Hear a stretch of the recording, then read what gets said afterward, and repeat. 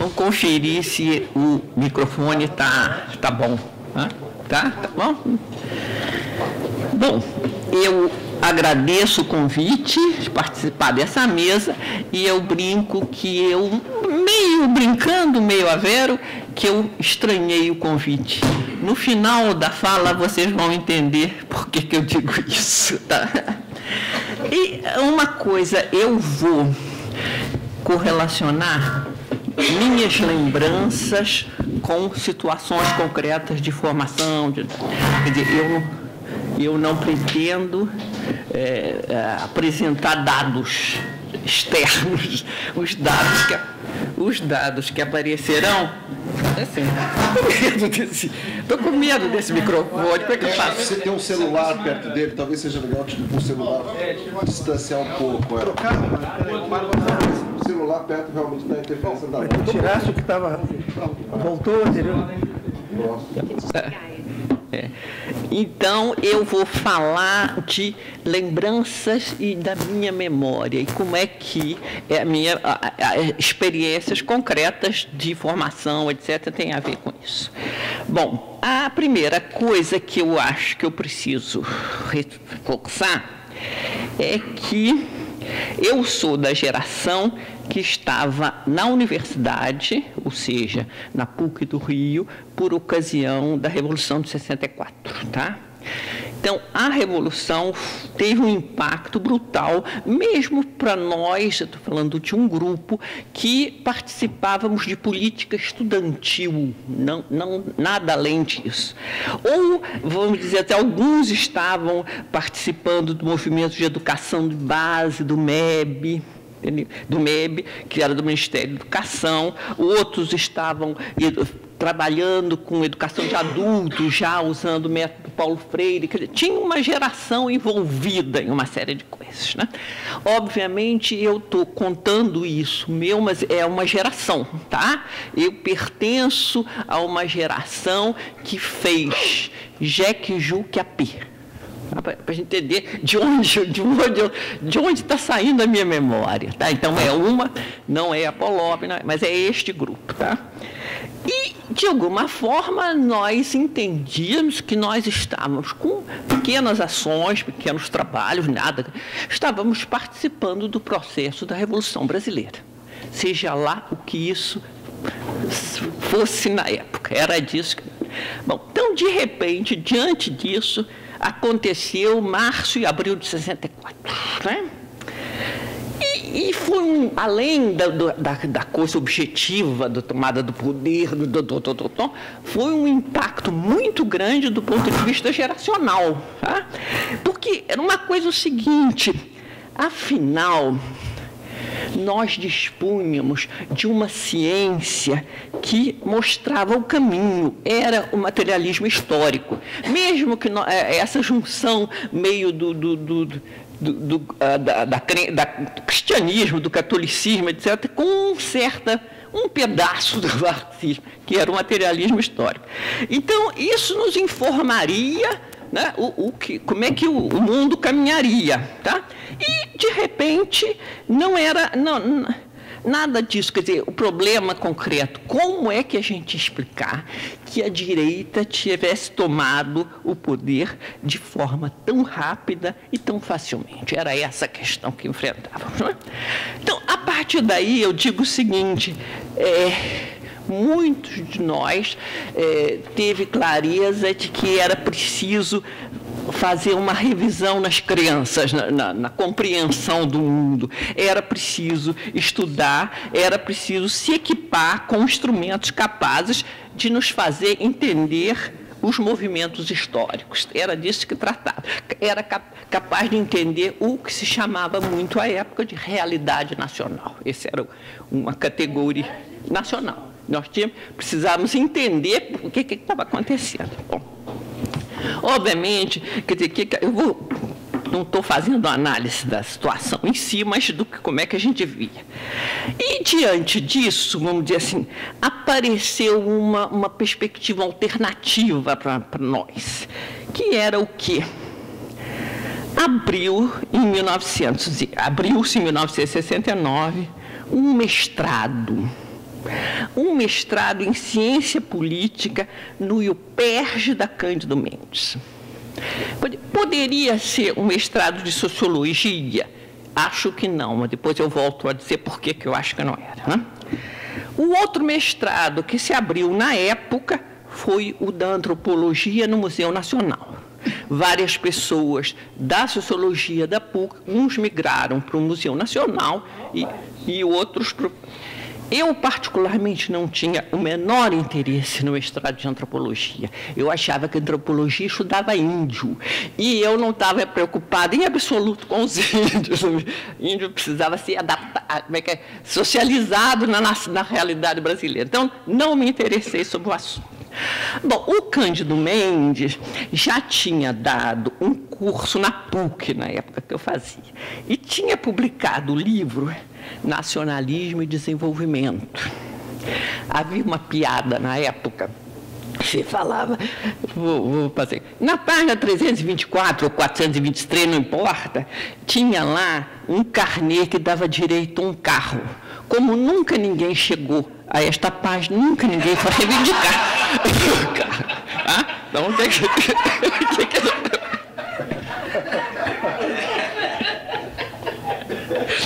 Bom, então ele deu umas poucas aulas nesse curso, só também os detalhes.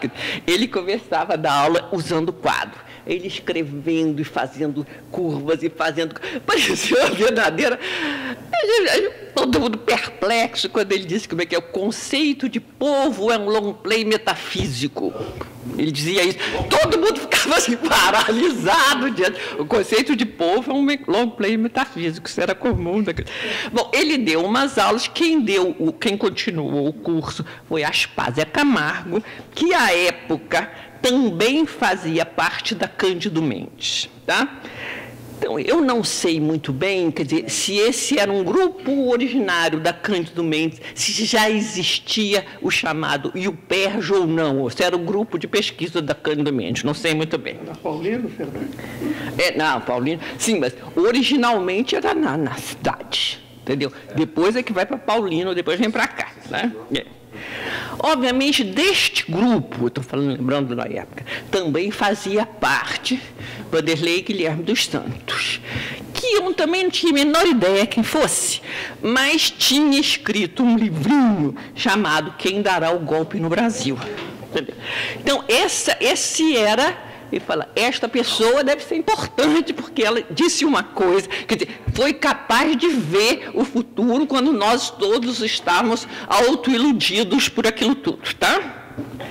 Bom, aí nessa história, então, apareceu esse curso, esse mestrado de ciência política, sei lá, de política, ciência política, falava em política, vamos lá. Eu participei da primeira turma de mestrado, eu sou, assim... a geração, aí já sou avó daquilo, a primeira turma. E o que eu posso dizer? A própria lista de livros para a seleção já foi uma coisa estranha, porque aparecia nessa lista o nome do Galtung. Eu jamais, eu e todas aquelas pessoas que estavam ali fazendo aquela prova, jamais tinha ouvido falar desse norueguês que estava na Flaxo. Mas isso ninguém tinha dito isso para a gente ainda. Muito bem, aí passei no grupo, cheguei aqui. Aqui, não. Ainda as primeiras aulas foram na cidade, antes da Paulino Fernandes. Na medida que cheguei, o que eu posso dizer? Choque cultural. Porque quer dizer, se tornou presente, aí já na Paulino Fernandes, os professores mineiros, Bolívar Lamounier e Simon Schwartzman, recém-chegados dos seus doutorados nos Estados Unidos, e que nos apresentavam a ciência política norte-americana. Um pouco depois, retornam a Mauri, né, que chega aqui.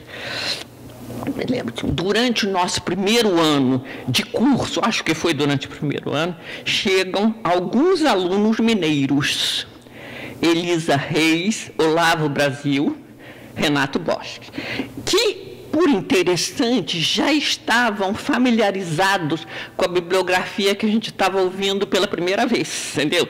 Porque eles vinham do curso de graduação lá da FAST, não, eles vinham do curso de graduação de Minas, né? E que já viviam a bolsa em tempo integral, etc, etc. E eu ignoro por que esses 3 estudantes de Minas vieram para o Rio. Eu não sei se tem questão política que os levou a migrar naquela época para o Rio. Bom, e aí nós fomos assim, entrava na nossa... David Easton, Robert Dahl, Lipset, acho que a gente leu alguma coisa do Huntington, Bendix, Olson. Isso tudo era de uma novidade absoluta, entendeu? Eu lembro, o Olson que fazia a história de escolhas racionais. Isso, eu não conhecia nenhuma dessas figuras dessa bibliografia, como tinha uma resistência interna a todos eles, tá? Quer dizer, era uma coisa, era o empirismo norte-americano, o individualismo possessivo, coisas desse gênero. Que eu falava, não é possível, deve ter alguma coisa. Eu acho que quer dizer, essa bibliografia, esses autores, à época, não faziam o menor sentido para mim. Tá? Eu posso dizer que só me salvei por causa dos cursos de metodologia do Peter McDonough. Eu podia ter virado pesquisadora quantitativista, ido trabalhar no IBGE ou trabalhar em agência de pesquisa de opinião. Porque eu tinha feito curso científico à época, porque eu ia fazer engenharia. Eu mudei na última hora, deixei de fazer engenharia, fui fazer sociologia.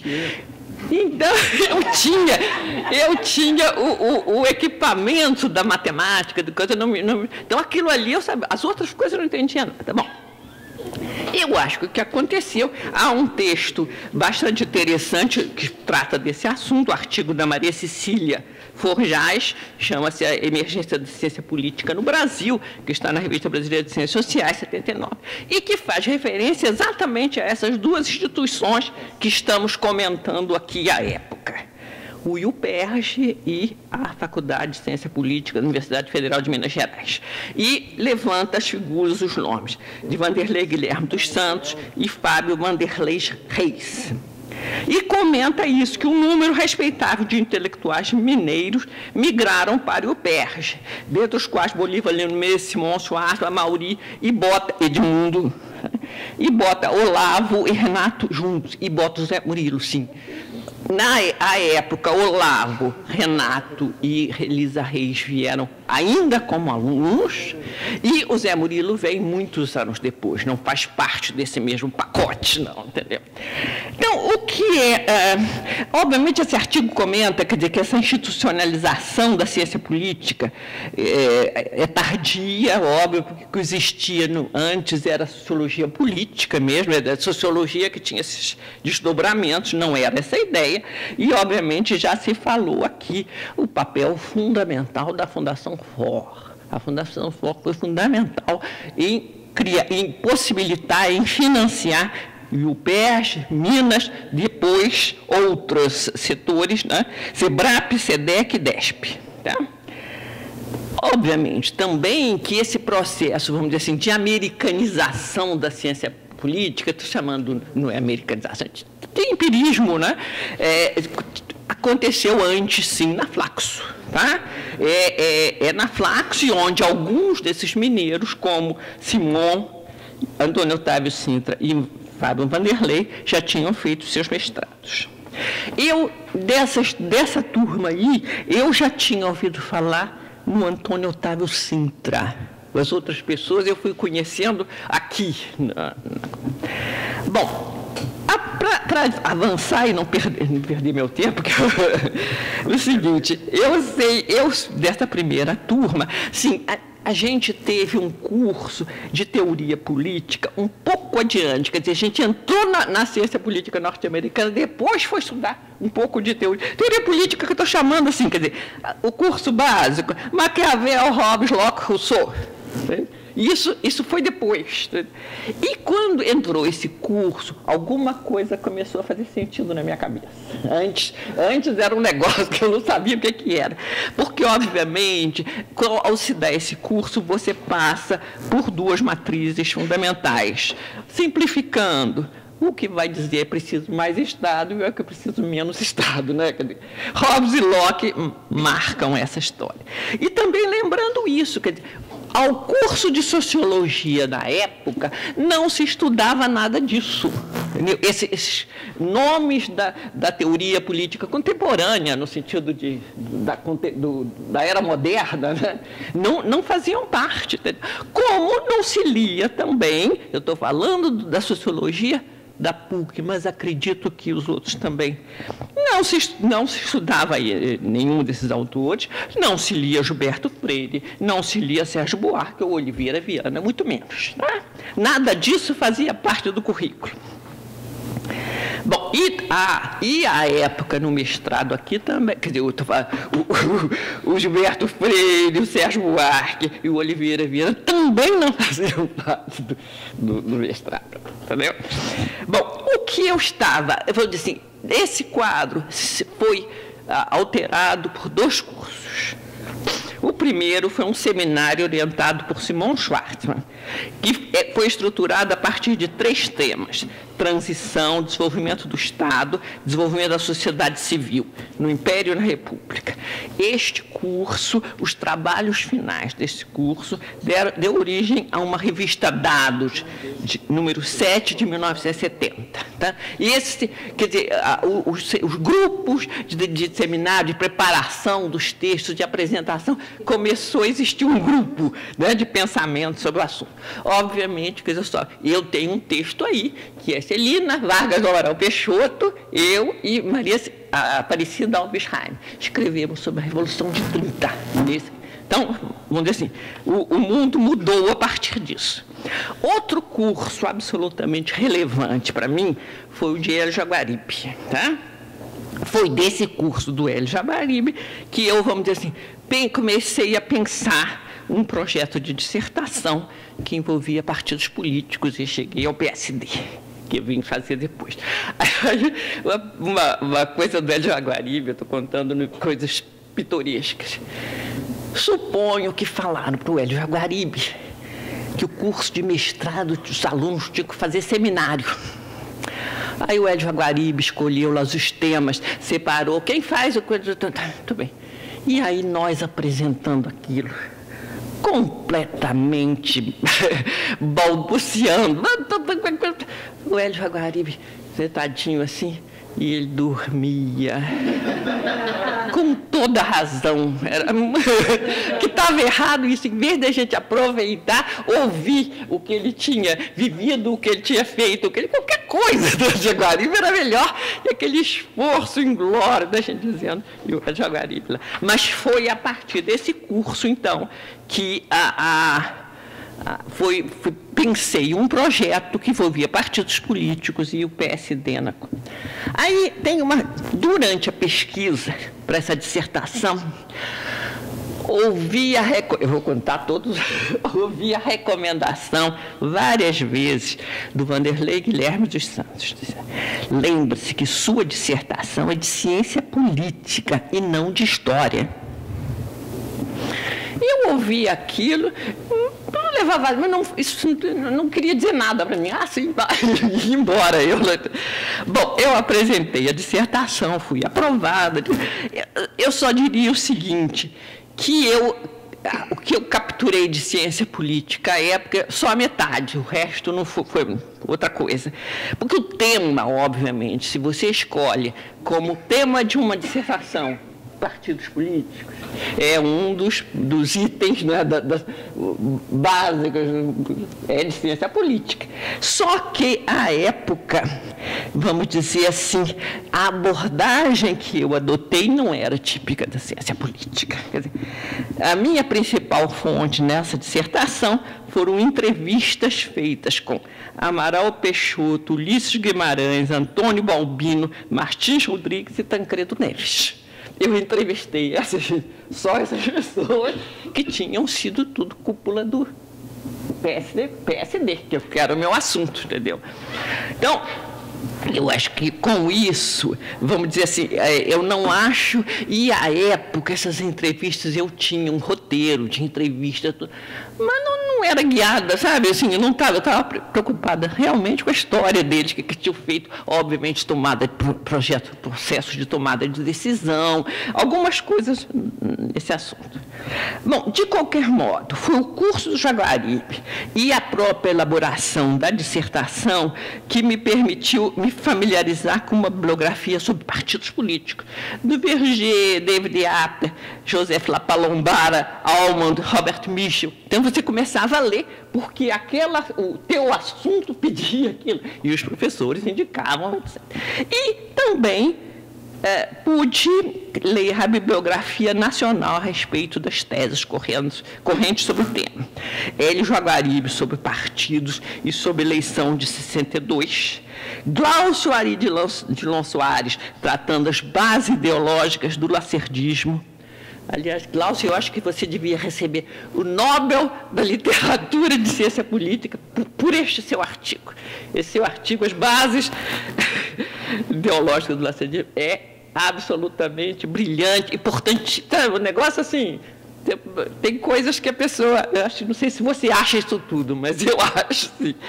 Li um artigo de Zé Murilo de Carvalho, que fazia um balanço de estudos do poder local no Brasil, Orlando de Carvalho, Sociologia Eleitoral, Oliveiros Ferreira, sobre comportamento eleitoral em São Paulo, Antônio Otávio Sinta, sobre partidos políticos em Belo Horizonte, e, efetivamente, uma revista importante, que era a Revista Brasileira de Estudos Políticos, lá de Minas, publicando as pessoas. Então, vamos dizer assim, através desse... O Piaçu era o cientista político do Pará, que escrevia nessa revista. Então, entendeu? Então, vamos dizer assim, a partir daí começou a fazer sentido aquela conversa, aqueles autores, Bom, então, em 73, eu defendi essa tese, essa dissertação aqui.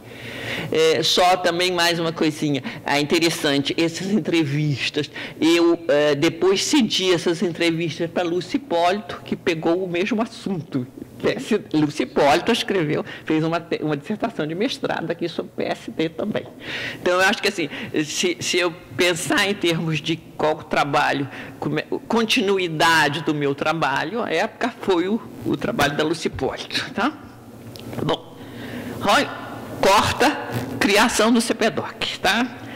O CPDOC foi criado em 73, em 76 recebeu o primeiro financiamento da FINEP, que permitiu a instituição ter uma outra dimensão, contratar pessoas.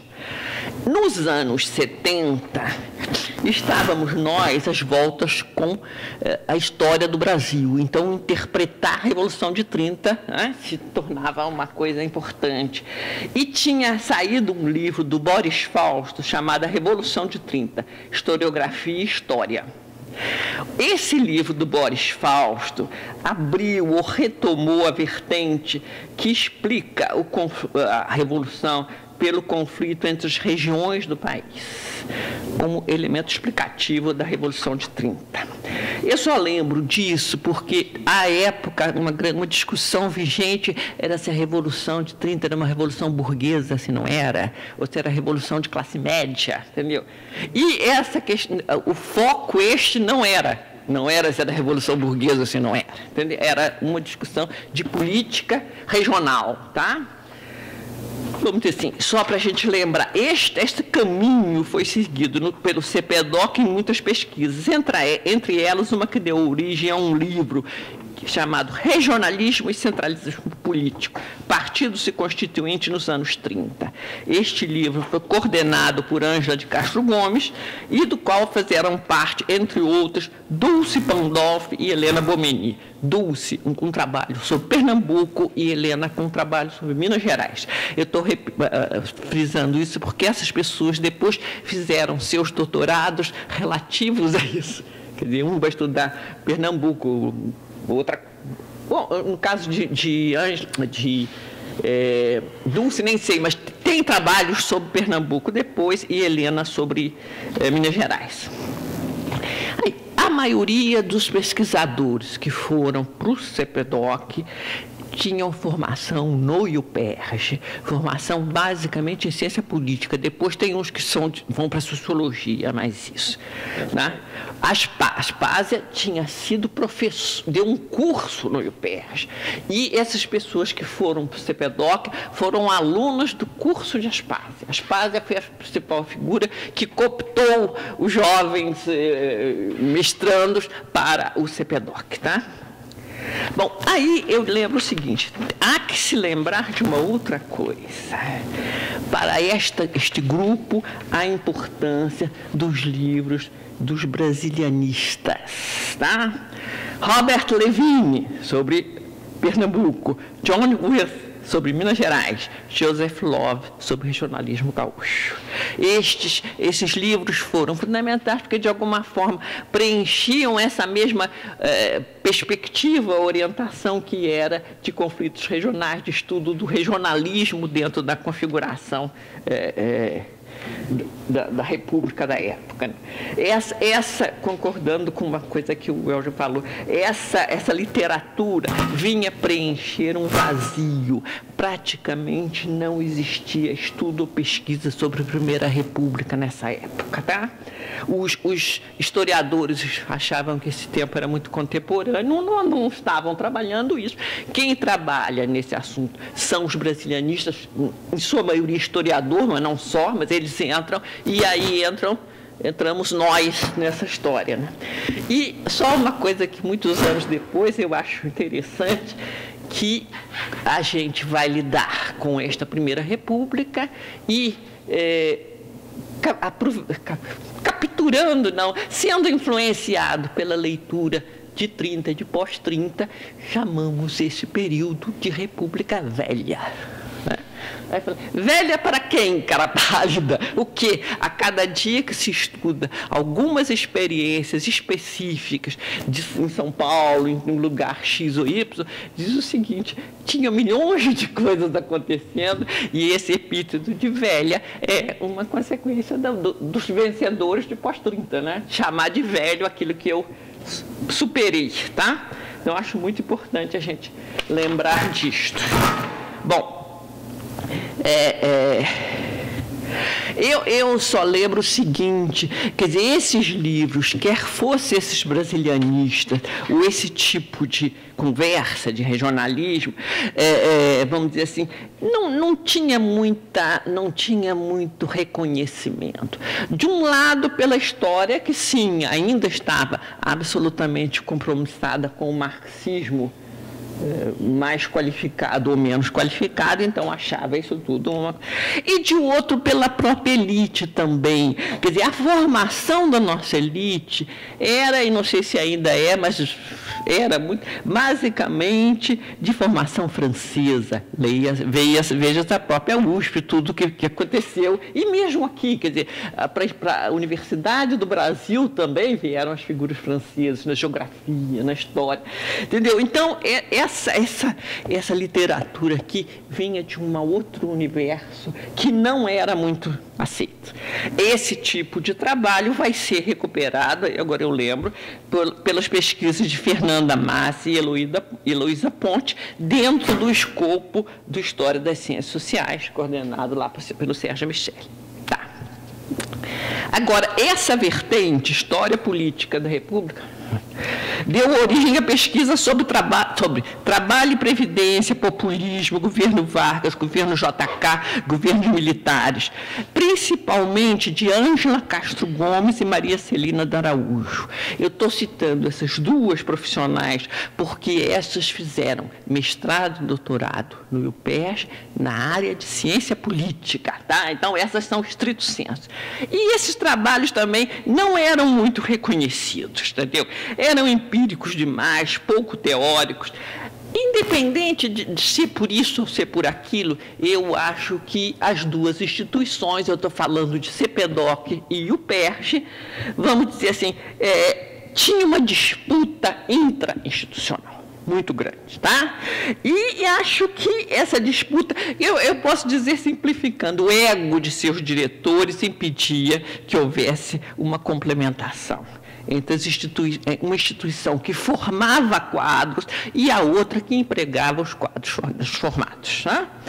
À época, o único que, em vez de aguçar as oposições, defendia o lado da complementação, era César Guimarães. Toda vez que tinha um conflito, vinha, era César, não, vem, mas não é assim, vocês têm que entender que as instituições, vamos dizer assim, chamava ao lado de somar e não de dividir, tá?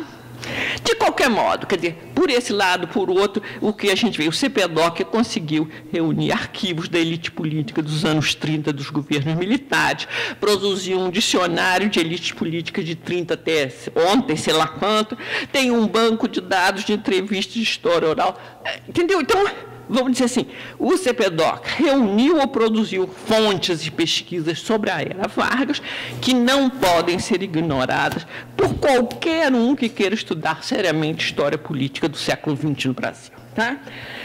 Agora, este reconhecimento, disso que eu estou dizendo, aconteceu primeiro vindo dos pesquisadores estrangeiros. Eles vinham, época de fim de ano, nas férias do hemisfério norte, recebíamos vários pesquisadores, sala de consulta, ficava que todos eles falavam, parece que eu estou consultando um centro de primeiro mundo. Diversas vezes eu ouvi isto, entendeu? Então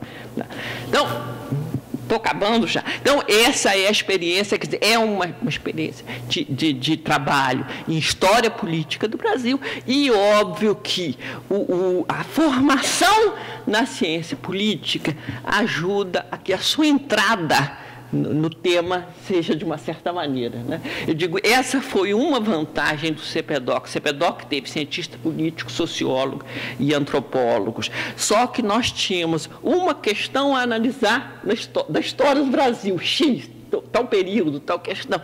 E cada um entrava na conversa na sua perspectiva e isto se somava.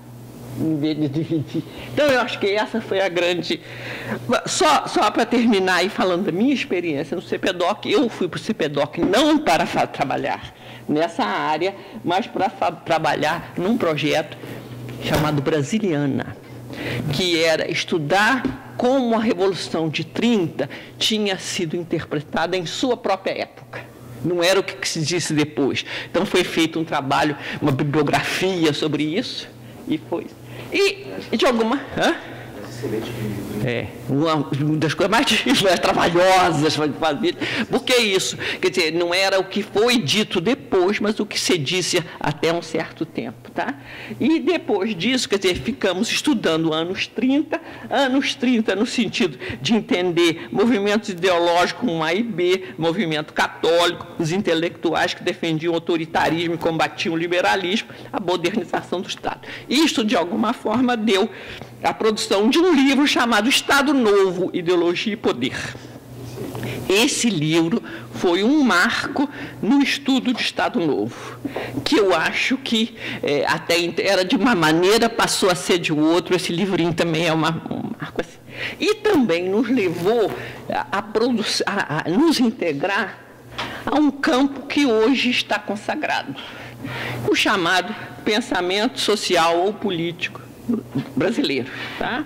Eu já escrevi sobre isso também, que é isso, no quadro que se falava USP produz ciência, Rio produz ideologia. Isto tinha, quer dizer, consequências na história. E não, eu estou fazendo uma simplificada de toda a tese de Sérgio Miceli, Maria Hermínia, tem a lista de pessoas, Arminda, todo tempo teve isso, entendeu? Então, isso é